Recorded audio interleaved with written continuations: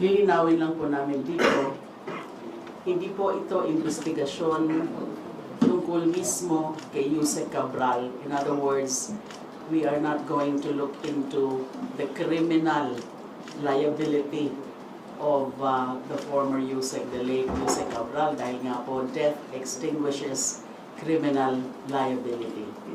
Kaya lang po, maraming teorya ang lumalabas kung ano ang tunay na nangyari sa kanya. What exactly is the cause of her death? May nagsasabi ito ay suicide. Honest to goodness, suicide daw. May nagsasabi na ito ay parang staged suicide, stage death. May nagsasabi ito ay aksidente. May nagsasabi na ito ay foul play. Pupunayan ko po ito mga ginagawa nila ni Dilima. Na may panukala sila na sinasabi na naman ni Dilima na hindi talaga ito investigasyon, pero mga pautot ko din nila ito. Kumbaga para daw silang sabi na isang congressman doon sa speech niya na para daw pinatay na daw yung freedom. Itong mga gunggong nito napaka-hipokrito. It feels unreal. Parang teleserye o Korean political thriller. Except this is real life and the victims are the Filipino people. Ito sinasabi nila na pinapatay ang kalayaan. Dahil yun si Cabral, marami daw yung alam doon sa mga, lalo na sa may insertion daw sa budget dyan sa mga projects dyan sa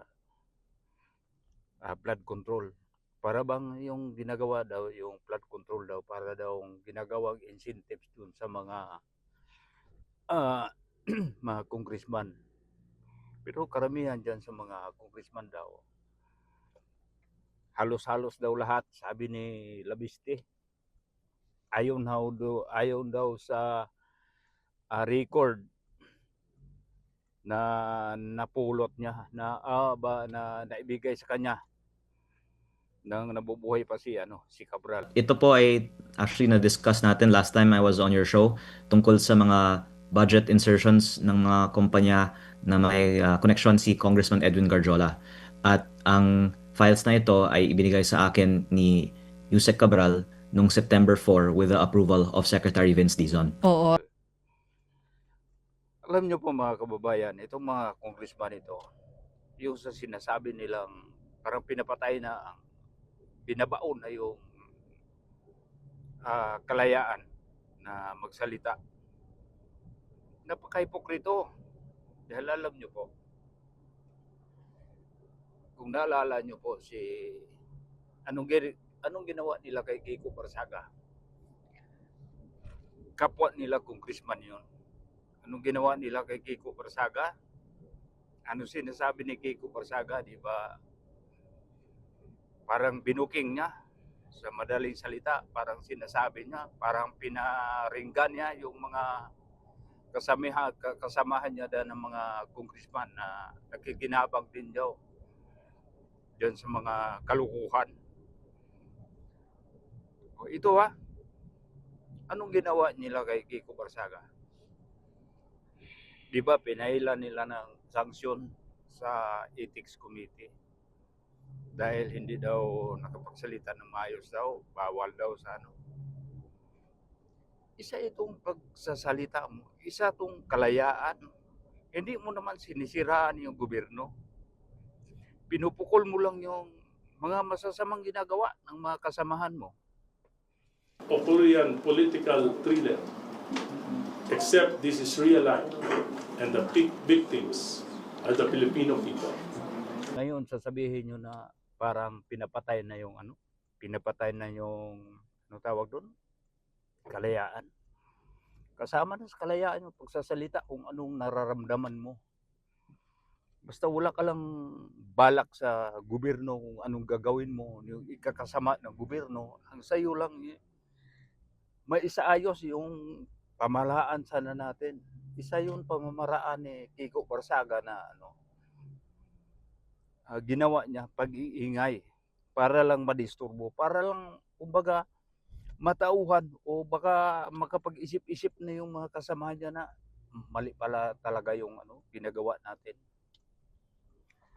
Kaya balik dito sa kay Cabral at saka itong ginagawa nila ni Dilima.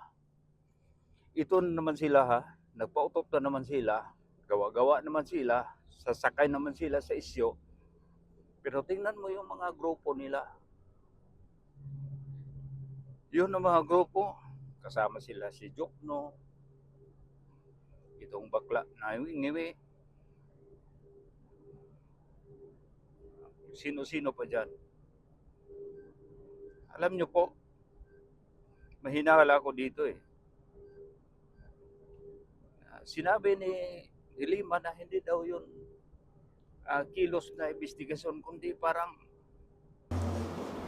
Lilinawin lang po namin dito, hindi po ito investigasyon tungkol mismo kay Yusek Cabral. In other words, kaya natatandaan ko pa yung sinasabi sa isang speech na gagawin daw nila lahat kahit mag-cooperate man o hindi mag-cooperate sabihin natin, ang gobyerno. Unahan na lang kami because the truth will come out with or without cooperation. Kaya ang daming lumalabas sa mga isipan ng bawat Pilipino na nakakasimpatya doon sa pagkawala ni Cabral. Pero sabi nga nila, sayang daw. Yun ang problema ng gobyerno natin. Yung mga tao na doon sana sila makakuha ng mga napakaraming information, mas sensitibong information, hindi nila pinoprotektahan. Saka pa sila manghinayang, saka pa sila magsasalita, nadisgrasya na yung tao. Sabihin natin na namatay yung tao or tinago lang yung tao, hindi natin alam. Dahil alam mo natin ngayon sa panahon nitong administrasyon nito, sa bagay, sa pakikipaglaban sa katotohanan,